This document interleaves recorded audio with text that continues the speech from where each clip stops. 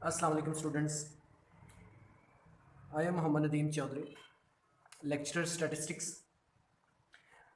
उम्मीद है कि आप लोग सब लोग खैरियत से होंगे। और मेरा लास्ट लेक्चर आप लोगों ने सुना भी होगा। तो प्रोबेबिलिटी हम कह रहे थे, प्रोबेबिलिटी को समझने के लिए मैंने कुछ टर्म्स आप लोगों के साथ डिस्कस की थी। तो उन टर्म्स को एक बार फिर से मैं रिवाइज़ करवाता हूँ और फिर हम अपने अगले लेक्चर की तरफ चलते हैं। तो सबसे पहले हमने डिस्कस किया था कि प्रोबेबिलिटी क्या है। तो probability is the chance that an event will occur. Probability एक चांस है। किस चीज़ का चांस है? कोई इवेंट अक्कर होगा, कोई चीज़ नमूदार होगी, नहीं होगी। प्रोबेबिलिटी को समझने के लिए हमें कुछ टर्म्स जो है वो आनी चाहिए। पहले सबसे पहले हमने डिस्कस किया था एक्सपेरिमेंट। तो एक्सपेरिमेंट क्या होता है? An activity or process which give some possible, some results, some outcomes. यानी कोई ऐसा काम, कोई ऐसा तरीक़ाकार जो हमें कुछ रिज़ल्ट्स दे, कुछ नताइज दे, उसे हम कहते हैं एक्सपेरिमेंट, तजुर्बा। फिर हमने पढ़ा था random experiment. A random activity or process which give some possible results. एक रैंडम एक्टिविटी जो हमें कुछ रिजल्ट्स जो है दे, मुमकिन रिजल्ट्स हमारे सामने लेके आए, उसको कहते हैं रैंडम एक्सपेरिमेंट। तो इसमें हमने जिक्र किया था कि रैंडमनेस क्या होती है। रैंडमनेस एक ऐसी एक्टिविटी होती है जिसमें आपकी पर्सनल जजमेंट शामिल नहीं होती। उसमें रैंडम एक्सपेरिमेंट करने के बाद जो मुमकिन रिजल्ट्स आपके पास आते हैं, अगर हम उन रिजल्ट्स को एक सेट की शक्ल में लिख दें, तो उस सेट का नाम मैंने आपको बताया था सैम्पल स्पेस। ठीक है, sample space is a set of all possible outcomes of the random experiment, और उसको हम एस से डिनोट करते हैं। फॉर एग्ज़ाम्पल, हम अगर एक कॉइन को टॉस करते हैं तो हमारे पास मुमकिना जवाबात क्या आ सकते हैं, मुमकिना रिज़ल्ट्स क्या हो सकते हैं। नंबर 1 है हेड और नंबर 2 है टेल। फिर इसी तरह से अगर हम एक डाई को रोल करते हैं तो उसके क्या रिज़ल्ट्स आ सकते हैं हमारे पास। 1 आ सकता है, 2 आ सकता है, 3, 4, 5, 6। तो ये सारे मुमकिन जवाबात हैं। अगर इन तमाम मुमकिन रिज़ल्ट्स जो हैं उनको हम एक सेट की फॉर्म में लिखें जिसको हम एस का नाम देते हैं, तो उसे कहते हैं सैम्पल स्पेस। उसके बाद स्टूडेंट हमने पढ़ा था event. Event any subset of the sample space. जो सैम्पल स्पेस बनी है उसमें से छोटे छोटे आप जितने भी सेट निकालेंगे, उन सारे के सारे सेट्स को हम इवेंट्स का नाम देंगे। और स्टूडेंट्स याद रखिएगा कि इन इवेंट्स के अंदर जो वैल्यूज़ पड़ी हैं, जो एलिमेंट्स हैं, इनको हम सैम्पल पॉइंट्स भी कहते हैं, एंट्रीज़ भी कहते हैं, एलिमेंट्स भी कह देते हैं। तो आज हम आगाज़ करते हैं चैप्टर नंबर 6 की एक्सरसाइज 6.1 का, क्योंकि ओवरव्यू हो चुका है। तो इसमें सबसे पहले क्वेश्चन नंबर 1 को हम डिस्कस करेंगे। Question number 1।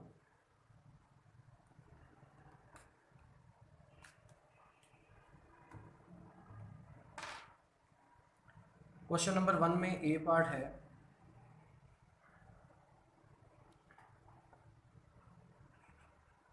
Uh fair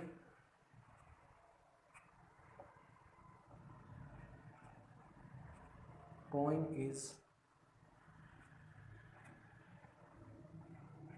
tossed,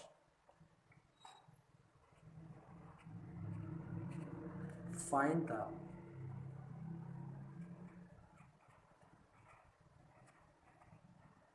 probability of number 1। यहाँ पर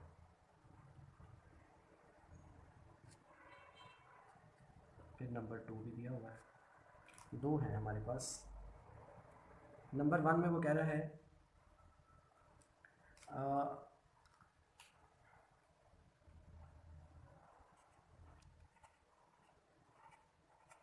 a head appear, और नंबर 2 में कह रहा है a tail appear। A head appear, a tail appear. तो अब इस क्वेश्चन को हमने किस तरह से हैंडल करना है, किस तरह से इसको सॉल्व करना है, तो ये स्टूडेंट्स अब आप लोगों ने अच्छे तरीके से इसको अंडरस्टैंड करना है। प्रोबेबिलिटी बिल्कुल आगाज़ है और बिल्कुल बेसिक चीज़ आपको समझाने जा रहा हूँ, तो आपने समझना है। सबसे पहले हम इसकी बनाएंगे sample space. When a coin is tossed, तो हमारे पास सैम्पल स्पेस क्या बनेगा। अब आपको ये जानना है कि एक कॉइन है हमारे पास, तो उसकी दो साइडें होती हैं, एक हेड और एक टेल। तो मैंने क्या बोला था कि जो भी एक्सपेरिमेंट हुआ है उसके मुमकिन जवाबात को एक सेट की फॉर्म में आपने लिखना है। तो ये इसके पॉसिबल आउटकम्स हैं हमारे पास, तो इनको हम इस सेट में लिख देंगे, तो ये हमारी बन जाएगी सैम्पल स्पेस। ठीक हो गया, सैम्पल स्पेस रेडी है।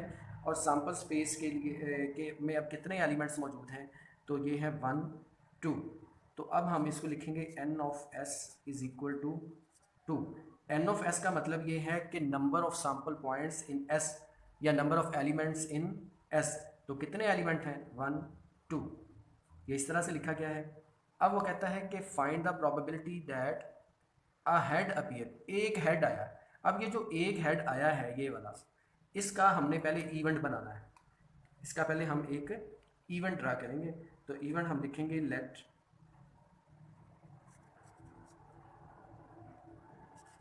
ए बी द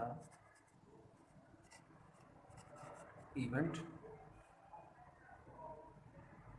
अब ए हमारे पास क्या है, उसको एक इवेंट बना के पहले इस तरह से लिख देंगे आ हेड। हमने फर्ज कर लिया कि ए एक इवेंट है ऑफ एस, लिख दें कि सैम्पल स्पेस, इस सैम्पल स्पेस का ए जो है वो एक इवेंट है, और ए है किसके बराबर, अ हेड अपीयर। इस तरह से अ हेड अपीयर, तो इसको हम यूँ भी लिख सकते हैं, एक हेड की बात हो रही है तो हेड लिख देंगे उसकी जगह पे। एक हेड आया है तो एक हेड हमने लिख दिया है। तो अब एन ऑफ ए क्या हो जाएगा हमारे पास, 1। इसका क्या मतलब है, ये 1 क्या चीज़ है, ये 1 हमारे पास क्या चीज़ है, N of A, number of elements in A. तो ए के अंदर कितने एलिमेंट्स मौजूद हैं, ओनली 1। तो ये 1 हमने लिख दिया है। तो अब देखिए स्टूडेंट्स,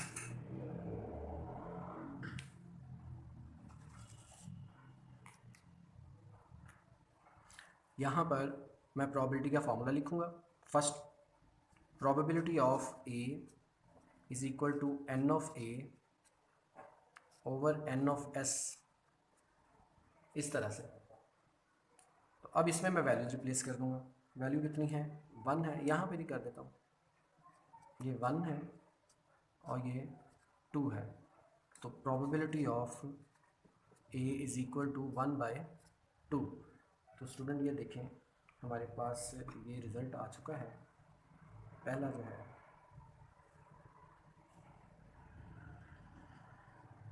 एक रिज़ल्ट हमने ड्रा कर लिया है। हेड की प्रोबेबिलिटी क्या है, 1/2। तो अब आप अगर देखें तो एक कॉइन को टॉस करें तो एक चांस होता है 2 में से, यही वो बता रहा है कि प्रोबेबिलिटी ऑफ हेड क्या है, 1/2। एक चांस है 2 में से, 2 चांस कौन से होते हैं, दोनों, हेड और टेल। सिमिलरली अब इसका दूसरा पार्ट हम करते हैं। तो दूसरे पार्ट के लिए, ये फर्स्ट पार्ट था, उसका सलूशन था। अब सेकंड पार्ट का सलूशन करते हैं। तो उसमें भी हमने इसी तरह से फ़र्ज़ कर लेना है, let B be the event of sample space S, then B is equal to, इसको एज इट इज़ लिख देंगे, अ टेल अपीयर।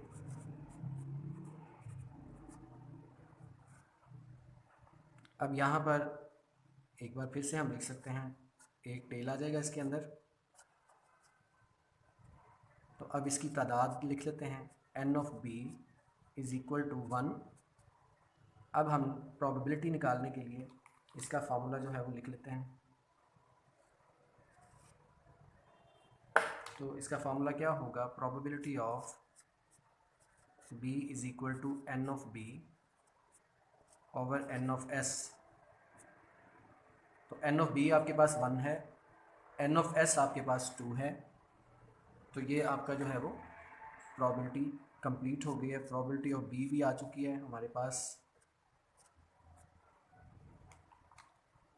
तो इसको भी ज़रा मैं प्रोमिनेंट कर देता हूँ और यही हमारे आंसर हैं। ये आंसर है एक ये वाला हमारा आंसर है जी। तो स्टूडेंट्स, उम्मीद है कि आपको समझ आ गई होगी। मज़ीद हम इसके अगले क्वेश्चन की तरफ बढ़ते हैं। ये हमने ए पार्ट किया है क्वेश्चन नंबर 1 का, और अभी हमने दूसरे पार्ट की तरफ जाना है, बी पार्ट के लिए। तो इसको अच्छे से देख लें आप। तो बढ़ते हैं अपने नेक्स्ट बी पार्ट की तरफ। स्टूडेंट्स, बी में वो कह रहा है कि 2 कॉइन्स आर टॉस्ड।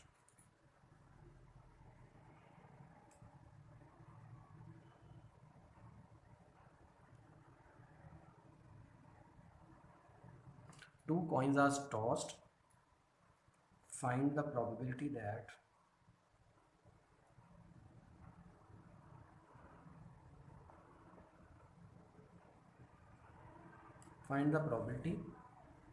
नंबर 1 है इसमें 1 head,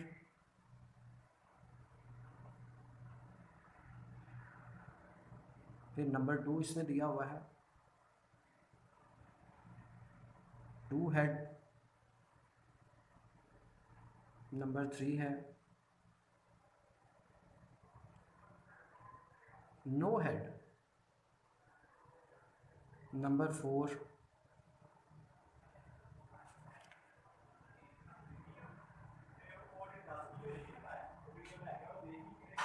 at most 1 head, at most 1 head, और नंबर 5। इसके 5 पार्ट हैं स्टूडेंट्स। एट लीस्ट 1 हेड अब आ जाएगा आपके पास। ये स्टूडेंट 5 इसके पार्ट हैं। तो 1 बाय 1 इनको हम डिस्कस करते हैं। तो इसका सॉल्यूशन स्टार्ट करते हैं। तवज्जो रखनी है आप सबने। तो स्टूडेंट देखें, सबसे पहले वही तरीक़ाकार है कि व्हेन 2 coins आर टॉस्ड, अगर 2 कॉइन हम इकट्ठे फेंकते हैं तो हमारे पास सैंपल स्पेस क्या बन गई। अब तवज्जो देनी है, यानी उनके पॉसिबल आंसर्स क्या क्या आ सकते हैं। देखें, अगर हम दोनों कॉइन इकट्ठे फेंकते हैं तो हो सकता है कि दोनों के ऊपर हेड हेड आ जाए। एक इवेंट हमारे पास इकट्ठा रिजल्ट लेना है हमने, हो सकता है कि दोनों कॉइन्स के ऊपर हेड और हेड आ जाए। फिर ये भी मुमकिन है कि पहले कॉइन पे हेड आ जाए, दूसरे पे टेल आ जाए। एक पॉसिबिलिटी ये है कि पहले कॉइन पे टेल आ जाए, दूसरे कॉइन पे हेड आ जाए। फिर एक और पॉसिबिलिटी है कि दोनों पे ही टेल आ जाए। इसके अलावा और कोई पॉसिबल आउटकम हमारे पास नहीं है। दोनों पे हेड आ सकता है, पहले पे हेड आ सकता है, दूसरे पे टेल आ सकता है, या पहले पे टेल आ सकता है, दूसरे पे हेड आ सकता है, या फिर दोनों के ऊपर ही टेल आ सकता है। तो ये हमारे पास पॉसिबल आउटकम्स हैं। हमने इसका एक सेट बना दिया और ये सेट बन गया हमारा सैंपल स्पेस। अब हम इसका n ऑफ s ले लेंगे। तो ये इसके हम जो पॉसिबल आउटकम्स हैं उनको गिन लेंगे, 1 2 3 4। तो ये 4 हमारे पास पॉसिबल आउटकम्स हैं, तो हम यहाँ पे 4 लिखेंगे। अब बढ़ते हैं अपने पहले जो है वो आंसर की तरफ। तो पहला आंसर मैं नंबर 1 यहाँ पे लिखता हूँ। तो इसमें डायरेक्टली हम लिख लेते हैं लेट ए एक इवेंट है और ये किसके बराबर है, 1 हेड। तो 1 हेड को हम किस तरह से लिख सकते हैं, इस तरह से। तो यहाँ पर हमारे पास n ऑफ a क्या आ जाएगा, ओनली 1।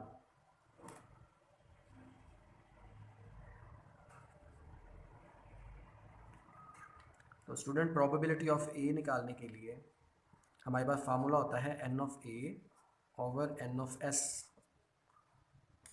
तो ये देखें, इसका आंसर हमारे पास आ जाएगा 1/4। तो ये पहला आंसर हमारे पास आ चुका है। ठीक है, तो मैं एक लाइन लगा देता हूँ ऐसे, ताकि हम अपने दूसरे की तरफ बढ़ सकें। नंबर टू में फ़र्ज़ करना है हमने let B is the event, और इसमें क्या लिखेंगे हम, 2 हेड्स।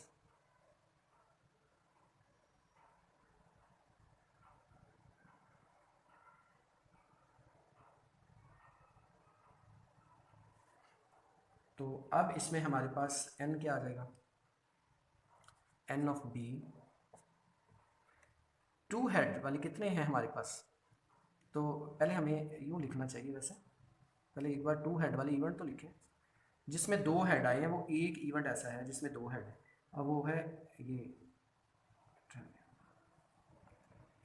ये वाला इवेंट है जिसके अंदर 2 हेड है। वो यहाँ पे लिखते हैं हम, यानी अब इसको हम n ऑफ b लिखेंगे तो ये एक इवेंट कंसीडर होगा। ये टोटल 4 है ना, तो 4 में से ये एक ही है, तो 1 ओनली। तो इसकी अब प्रॉबिलिटी लेनी है, तो n of b over n of s आएगा हमारे पास। तो इसका भी आंसर हमारे पास क्या आ जाएगा, 1/4 आ जाएगा इसका आंसर। तो ये इस तरह से हमारे कंप्लीट हो जाएंगे। नेक्स्ट नंबर 3 है, लिखा है लेट, हम एक सी इवेंट बनाते हैं और उसके अंदर क्या लिखा है, नो हेड।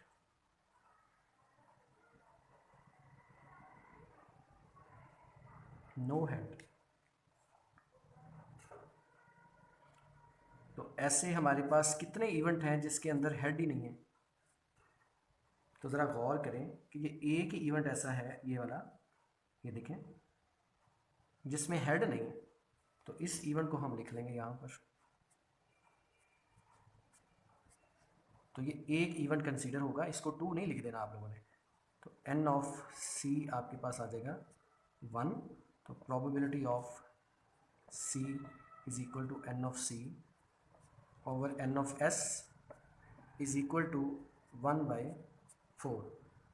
तो ये हमारे पास 3 जो है वो सवालात पूरे हो गए।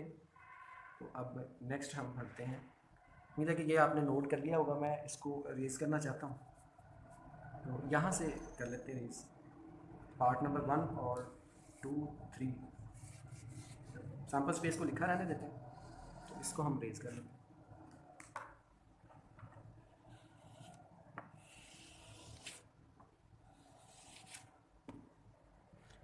तो यहाँ से अब हम पार्ट नंबर 4 स्टार्ट करते हैं।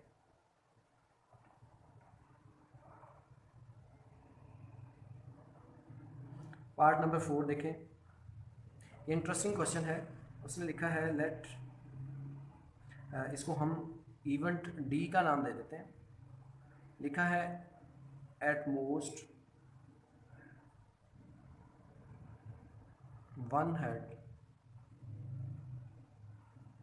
एट मोस्ट का मतलब होता है ज़्यादा से ज़्यादा। ठीक है स्टूडेंट्स, एट मोस्ट का मतलब होता है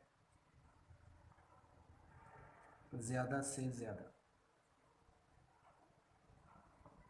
क्या मतलब ज़्यादा से ज़्यादा? ज़्यादा से ज़्यादा एक हेड हो या फिर एक से कम हो, इसका मतलब ये है ज़्यादा से ज़्यादा एक हेड हो या फिर एक से भी कम हेड हो। तो ऐसे कौन से इवेंट्स हैं, ऐसे कौन से एलिमेंट्स हैं जिसमें एक हेड है या फिर एक से कम है? तो स्टूडेंट गौर करना कि इसमें अब आपके पास एक हेड वाले और एक से कम हेड वाले, 1, 2, तीनों इवेंट इसमें शामिल हो जाएंगे। ज़्यादा से ज़्यादा एक हेड, ये हो गया, और कम से कम नो हेड। तो ये आपके पास इवेंट डी बन गया। इसका हम टोटल ले लेते हैं। n of d is equal to ये 3 हो जाएंगे, तो प्रोबेबिलिटी ऑफ डी हमारे पास आ जाएगी N of D over N of S. तो यहाँ से हमें रिज़ल्ट मिल जाएगा 3/4। तो इस तरह से ये वाला पार्ट भी कंप्लीट हो जाएगा। 5वें पार्ट की तरफ हम बढ़ते हैं। आप 5वें पार्ट की तरफ,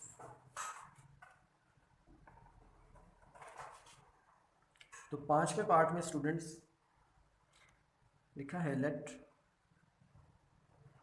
ई, हम रख लेते हैं इवेंट का नाम, एट लीस्ट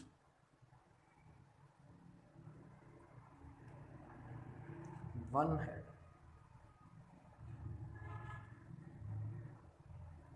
अब एटलीस्ट वन हेड का क्या मतलब है? एटलीस्ट वन हेड का मतलब है कम अज कम, कम अज कम, कम अज कम एक हेड हो या फिर एक से ज़्यादा हो। एटलीस्ट का क्या मतलब है? कम अज कम एक हेड या फिर एक से ज़्यादा हो। तो मैं अब इसको रेज कर रहा हूँ। अब मैं आपको बताता हूँ कि कम अज कम एक तो ये है और ये भी कम अज कम एक है, या फिर एक से ज़्यादा है ये वाले। तो अब ये तीनों एलिमेंट्स यहाँ पे शामिल हो जाएंगे। ये एक हेड वाला, ये भी एक हेड वाला, और फिर ये दोनों हेड वाला जो है इसमें इवेंट शामिल हो जाएंगे। अब इसकी हम तादाद लिख लेते हैं, एन ऑफ ई वो है 3,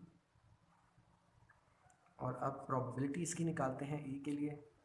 तो N of E over N of S, तो ये भी आ जाएगी 3/4। इस तरह से ये हमारे सारे जो है पार्ट हैं वो कंप्लीट हो गए। जी तो स्टूडेंट्स, कैसी लगी आपको प्रोबेबिलिटी? ये आप लोगों ने इसको 2 से 3 मरतबा देखना है, अच्छे तरीके से अंडरस्टैंड करना है, इसको अपने हाथों से दोबारा से कैलकुलेट करना है। बुक मार्केट में इजीली अवेलेबल है, नज़ीर हुसैन बुक का नाम है, बिज़नेस स्टैटिस्टिक्स के नाम से। आईकॉम और आईसीएस के स्टूडेंट इससे भरपूर फ़ायदा उठा सकते हैं। तो आप लोगों ने इसको ज़रूर अच्छे तरीके से करना है, समझना है। इसको जब तक आप अपने हाथों से नहीं निकालेंगे तो ये प्रॉबिलिटी आपको नहीं आनी। प्रॉबिलिटी को करने के लिए इसको कंप्लीट अपने हाथों से बार बार करें और मुझसे डिस्कस करें। अगर कोई चीज़ अच्छे तरीके से अंडरस्टैंड आप नहीं कर सके तो मैं इंशाल्लाह ताला आपको आंसर करूँगा, रिप्लाई करूँगा। तो इंशाल्लाह ताला नेक्स्ट लेक्चर तक मुझे इजाज़त दें। अल्लाह हाफिज़।